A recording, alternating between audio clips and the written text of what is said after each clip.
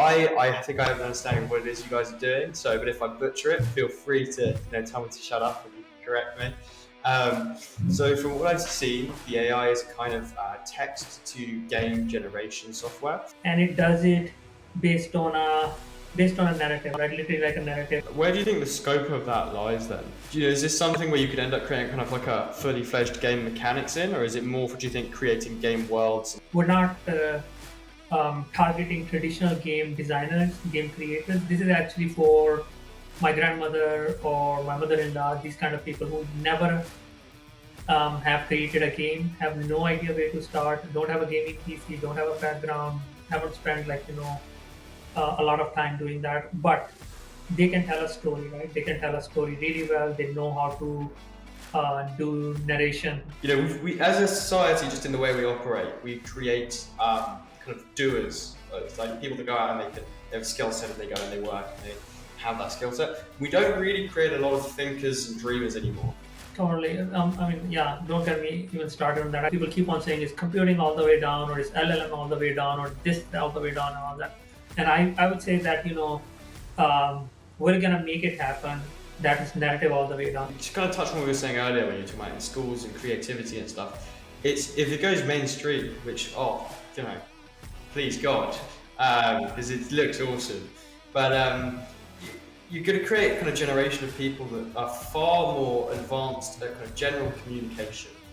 Start writing the story, and then they're creating magic, right? That's I think the true description that is going to push us forward.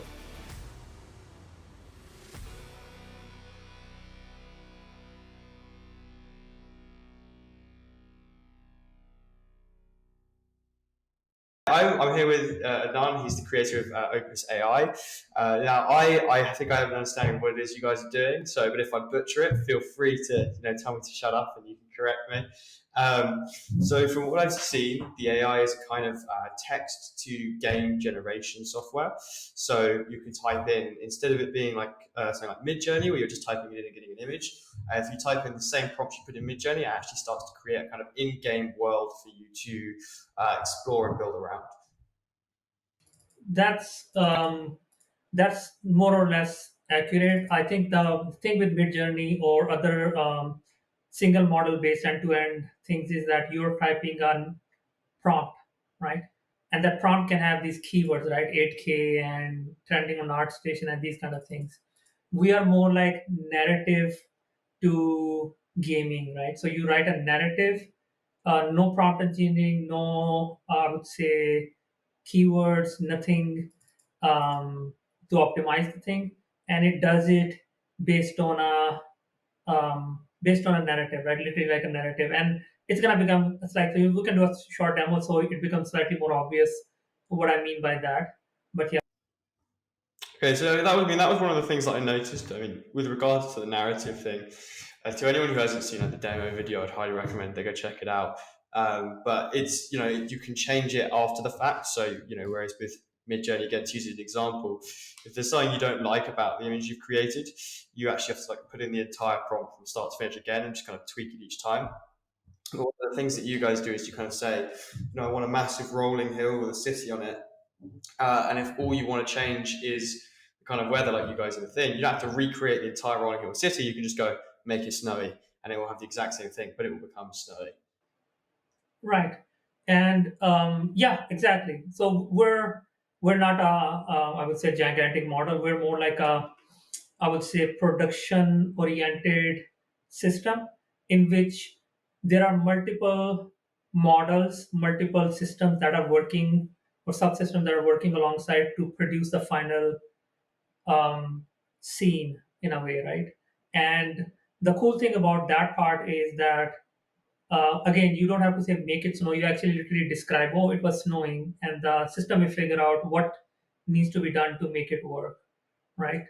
So you're not talking to a man in the computer. You're not trying to address, some invisible god. It's literally that you're the one who is the creator, who's saying that, okay, this is how I want my world to be, and um, the AI is simply complying with what you. So, where do you think the scope of that lies then? Do you think that Do you know, is this something where you could end up creating kind of like a fully fledged game mechanics in, or is it more, do you think, creating game worlds and kind of, um, yeah, I forget the word off the top of my head. When people are creating like prototypes of games to kind of create like, here's the world that I can just get in and start making, or will it get to a point where you can actually go, like this is, I want the world, and I also want to start saying, give me a character that can throw fireballs or something like that. It's even at this point you can do, you can have characters who work around, walk around, they interact with things and all that, right? So it's not for environment creating, not for prototyping. It is actually for end-to-end game creation. And another thing that to bring to, I guess, like to highlight is that we're not targeting traditional game designers, game creators. This is actually for my grandmother or my mother-in-law, these kind of people who never have created a game, have no idea where to start, don't have a gaming PC, don't have a background, haven't spent a lot of time doing that, but they can tell a story, right? They can tell a story really well. They know how to do narration of a story, right? And that's where I think the true power of what we're doing comes in, because that's where we started with. We believe that um, the fundamental, I guess, like shift that needs to happen now in the storytelling is that we need to take all the work that we have done in the last 20, 30 years and create a interface which does not require you to have a master degree in game development, right? Which does not require you to understand any of the terminologies, assert textures, animation, any of that stuff, where you just write a story like you would write, I don't know, in the olden days, if you write Arabian Nights or something like that, right? And the cool part about this is that you don't have to wave a magic wand to and ask people to believe what you're doing, but literally what you're narrating is becoming the story as you do. I mean, surely they'll still be disruptive though, because I mean, it's going to be awesome for the everyday person to kind of start having access to these tools. Same way, AI has opened up a lot of field for creatives that aren't necessarily technically skilled. Um, but it'll still be crazy disruptive in the main industry where studios can start, indie studios can start doing way bigger scopes of projects with half or less than half of the manpower they had before, like a complete fraction. What we think is that where the true power comes in when indie studios remove themselves for that entire creative loop and becomes more of the backstage um, actor, right? Where they're doing all the work, but are not in the middle of the creative loop, right? So to give an example, the creator. Um, so I think the biggest problem, that happens is that when you have an idea and you're like, okay, it's gonna be super cool, and you want to quickly try it out, but then you have to talk to two people, and they're gonna say, oh, this can happen and this can't happen, and etc., etc., and it takes so long. Even if it takes a few hours, it still takes so long that the idea is almost lost its magic, right? And if you remove that from the loop, so the studios I think are super important. They're still doing a lot of stuff that needs to be within there, but we all technical people needs to take a backstage approach. We need to move back and let the creators on the stage where they're creating, narrating, and seeing the magic happen, right?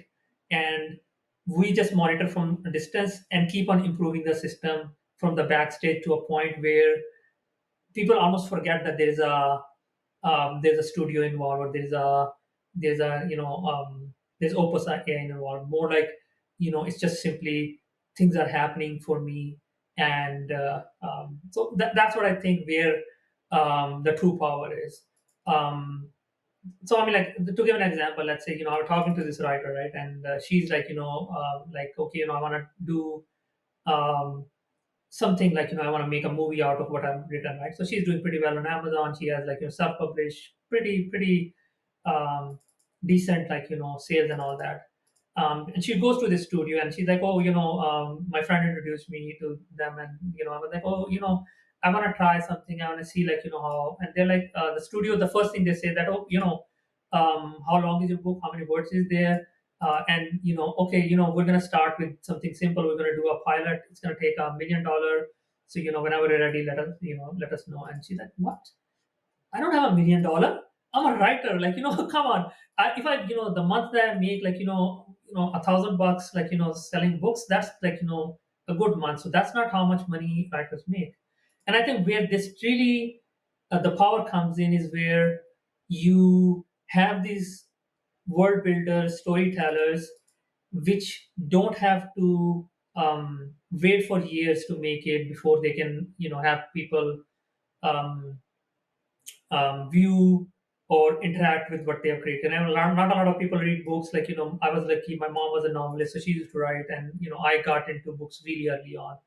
But most of the young people who don't get into books, it's hard to get at a later stage. But at the same time, the magic is there. The stories are there. So I think that's where the real disruption is going to come in when so we're aiming that by the end of the year we're going to go take something super complicated, a book, right? An old book, let's say something that is out of copyright, like War and Peace by Tolstoy. Huge book, very old, hundreds of characters, complicated scenes and interactions, and simply copy it, paste it in Opus, and then turn it into a template and give it away. Like, anybody goes and starts changing the story, the narrative, adding to it, modifying it, and make derivative out of it, right? And that's gonna be the, I would say, the singularity that everybody's hoping for, where suddenly people don't need to know about, I don't know, I guess like Stable Fusion. They don't need to know about LLMs, and they don't need to know about anything. They just download an app, start writing their story, and then they're creating magic, right? That's I think is a true disruption that is going to push us forward. Yeah, that's amazing. Honestly, do you think it's that close away? Is we're like a year away? Is possible? Why is it possible for people to create? Or sorry, can you repeat the question? Yeah, like, do you think when you say like in a year's time would like to be like bringing this book in and kind of making it so everyone has this template? Do you think in a year's time like right now you guys are in kind of still in the development stage with demos on the website and stuff? Do you think you're as close as a year away from people being able to literally just like kind of upload a novel? So I mean, the stack is there, the infrastructure is there. We're going to start doing private invites next, not next, but in by May.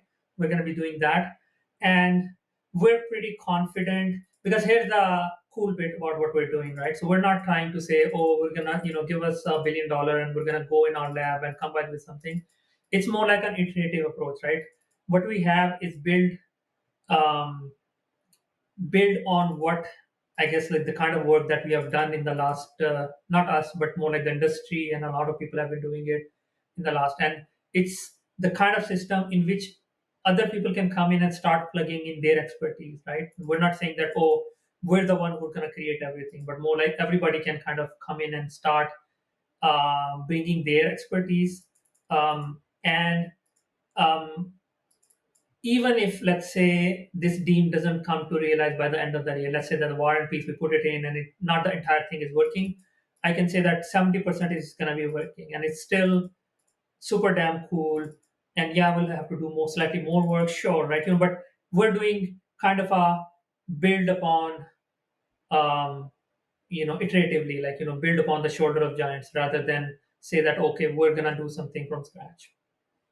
Right, that is honestly amazing. My mom would love you because I can't wait to tell her about this. She's also a novelist, and so I think yeah, she won't be able to. Man, But she the can't wait to novel tell that you I've to read, this. yeah, the kind of novel that I've read, like one of my favorite writers is Brandon Sanderson. Like really great story. World builder, super cool magic. He creates like literal systems, right, in magic, like how it's gonna work, what are the underlying principles, what are the bottlenecks, what are the constraints, and all that. So it's super cool, right? But at the same time, he has been writing for I think now 10 years plus, and not a single one of his things has made it into mainstream media, right? And I know that it's not going to make it because no matter how much money you make, you don't make it there unless you know somebody and they know somebody, right? So yeah, I think that's where the power is going to come in, not us doing stuff, but more like all these creative people coming on the stage, creating their magic, and you know, we just want to be in the backstage and saying, okay, we were able to empower a lot of people. So do you think? I mean, well, do you reckon that will kind of, if this tool goes mainstream type thing, is that going to kind of shift games towards like a more of a free to play model? Do you reckon when the supply goes up so massively by everyone being able to create, depending on their level of ability of communication and imagination, do you reckon that will lean more towards a kind of supply versus price type situation? So the market will let the market play out and decide that, right? We don't exactly know. It's a great question. How is the business model going to evolve, and we're going to head to? I think um, so. What we're seeing so far is that money is not really, at least compared to what people typically have to spend to bring something to screen. Money is not going to be the biggest problem, right? So imagine $1,000 blockbuster, right? That you can watch, right? And yeah, you may have to spend, pay some money, but I mean, really not a big deal if you can see something that you really truly admire, and then imagine, a customized or like a personalized movie, right? That literally is tailored to your personal taste. Again, not gonna happen, not gonna come out of Hollywood, but because the way that we're doing it can happen. So these are kind of, I think, very unique, very um, different experiences that you can have.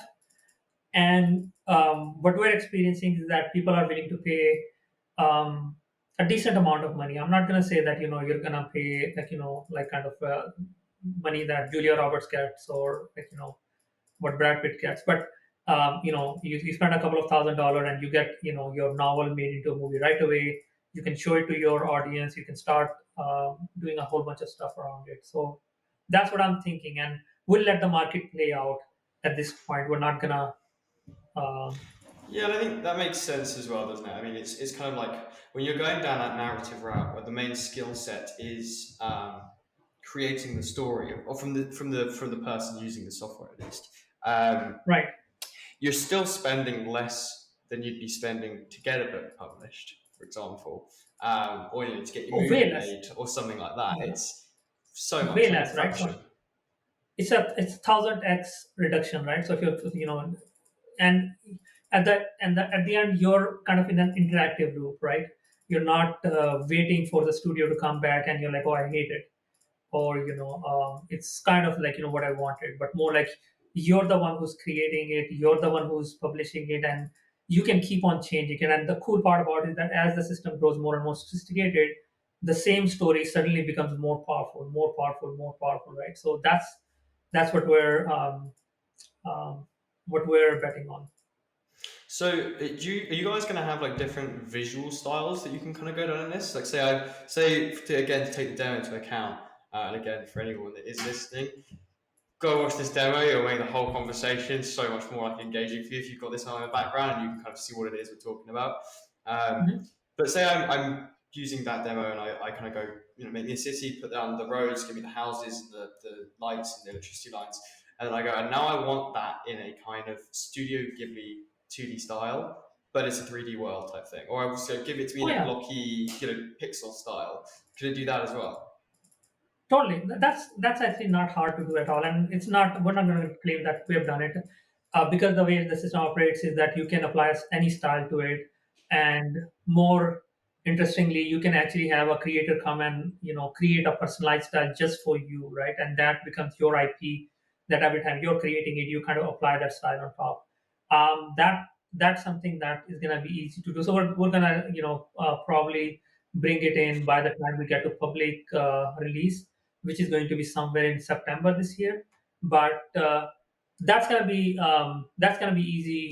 easy enough to do. Not a thing that we'll have to wait very long for. That's so cool. You'll have to let me know when it's coming out so I can give it a try because I have been wanting to make games for so long, but I've just never gone down. I did study animation for a little bit back in the day, never to like a professional level, but I did animation, art, kind of graphic design. Never went down the coding route so much, but the amount of different skills that go into making a game, it's like people love to think To- it's coders and animators. Totally. It's much like a movie. It's like a million people have to come together to get that thing made. Totally, totally. I'm totally with you. And you think that you're probably the only one, or maybe like there's a small subset, but we don't realize that it's literally every single person on this planet who has tried the idea and learned that how hard it is, how few people who have make it, and they're like, okay, not for me. I don't want to spend this much time, right? And they go, and so the amount of people who are, let's say, serving at a director level in Google, and they're like, I just can't wait to retire so I can go and start doing some creative writing. And I'm like, what? Like, insane. Like, you want to do creative writing after, but I totally get it, right? Because that's not where the money is. And that's not like, just Google or Meta or like, all these companies. Like a majority of the people, they can't wait so they can go and, actually pursue their creative passion. And then I'm talking to like schools here, right? And the schools are like, nobody's taking creative writing classes anymore. Can we just use this? And I think it's gonna be super cool. A lot of more people are gonna take creative writing classes. I'm like, yeah, definitely. Like, because that's where we want to be, right? We want to eliminate that barrier where people think that, oh, I won't be able to make it, so I'm not even gonna try, right? We're gonna say, okay, go and try it. If you can do creative writing or you can build words, there shouldn't be any barriers. So yeah, totally, I totally with mean, you. that's another thing as well. Not to get too kind of philosophical on you, but I do think we as a society, just in the way we operate, we create kind of doers. It's like people that go out and they have a skill set and they go and they work and they have that skill set. We don't really create a lot of thinkers and dreamers anymore. People that are kind of just coming up with things for the sake of coming up with them. There must be so much scope here to be encouraging that behavior in new generations. Totally. I mean, yeah, don't get me even started on that. I think that's where, and that brings me to another interesting point, which is like, people keep on saying is computing all the way down, or is LLM all the way down, or is this all the way down, and all that. And I would say that, we're going to make it happen. That is narrative all the way down. Everything you're doing is going to be a narrative. You talk about it, you discuss it, and you come up with a idea, and you feed it to a system, and it makes it happen, right? And that's, I think, is going to be the underlying, I guess, skill that everybody will have to learn, right? How to do good narration. And super excited about that becoming a thing, right? For the next generation, and really um, really, like, that being the topic of conversation, not about all this, I would say, prompt engineering or other technical mumbo jumbo that we keep on hearing about. Yeah, exactly. And I think as well, it's probably coming at the perfect time because, especially at least in the West, especially in I suppose maybe not the West, but in first world countries for sure. Places like Dubai and Australia and the US and Europe and a lot of places. We're going in this era where lots of the kind of old work is being replaced by robotics and AI. And one of the big questions on everyone's minds is, what do we do now? Where do we go from here? What are people going to do? This is like a clear example of things that can be created and work can be created through AIs. You can be the kind of person where your job might be going and writing these narratives that an AI helps you to Oh, create. oh yeah, totally. And I mean, again, like, we're talking to all sort of, like, all sort of people are coming forward, and they're saying, oh, um, can I do something with this in architecture? And I'm like, we're not ready, right? Come on, like, yes, totally, would love to, but that's going to be a distraction. So, let's wait a little bit. But totally, I think that's going to be the underlying thing for every single profession on this planet. With professions are still going to be there, but the job is going to be, um, narrating what you're looking for, right? You want a house, okay, what kind of house it is, how many rooms does it have, what kind of style does it have, what does the living room looks like, literally describe the entire story, and then just sit back and let the robots go and build the entire thing, right? And then if you want to change it, you say, oh no, I want to do remodeling of kitchen. My kitchen, I don't like this, like, this needs to be like this, and this particular, so that's literally, I think, is going to be the new thing, right? That everybody will have to, and it's going to be exciting time, I think. Probably not going to Yeah. happen next year, but yeah, soon. I mean, also it's like it doesn't limit people to necessarily one profession. Like we have this weird idea, almost like a kind of selfish idea. It's like I've worked blood, sweat, and tears to get into this profession. Therefore, no one else should be able to just hop in it. Everyone needs to go through the same pain I went through. With something like this, you can kind of go, well, I'm going to go into architecture for a few years, and then I reckon I might enter the media space, and then so on and so on. Maybe then I'll go into fashion design or whatever. I know these are all like way more distant concepts, but if we're thinking about the far off scope, you could like it allows industry hopping a lot easier. Yeah, totally. I think the one thing that you won't have to learn is the tool specific things, right? You'll have to learn the profession, like learn a lot of intrinsic knowledge, but at the same time, majority of the work that you're doing is learning tools and things that are used in the industry. And I think that will completely go. It's going to be more like you need to know if you're working in fashion, then you actually need to know more about fashion, like what clicks it for humans, what is it exactly is it that makes it trendy, what is it that makes it classic and all that stuff, rather than how to use Photoshop or how to use Corel Draw. These kind of stuff I think is going to completely go away. Yeah, and you could probably then like I'm going like way off here. See, I'm rambling, but like you could probably start like symbiosis of AIs at that point because one of the great things I have seen used in the fashion kind of AI world is Midjourney and other image generation tools where someone goes very simple input and it creates these really complex outputs. So you can put in a simple input, get this complex output, and then re-describe what you're seeing and kind of feed it into something like this to create a more specific version.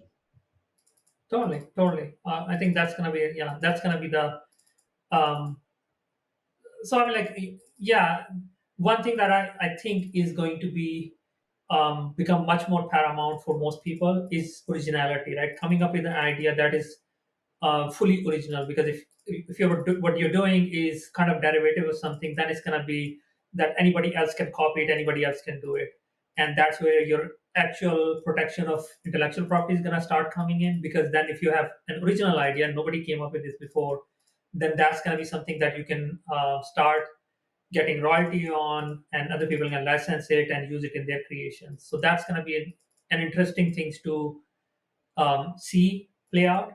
Because right now we're seeing that now we know that, oh, ideas are, if you're just doing a derivative, it's super easy to copy.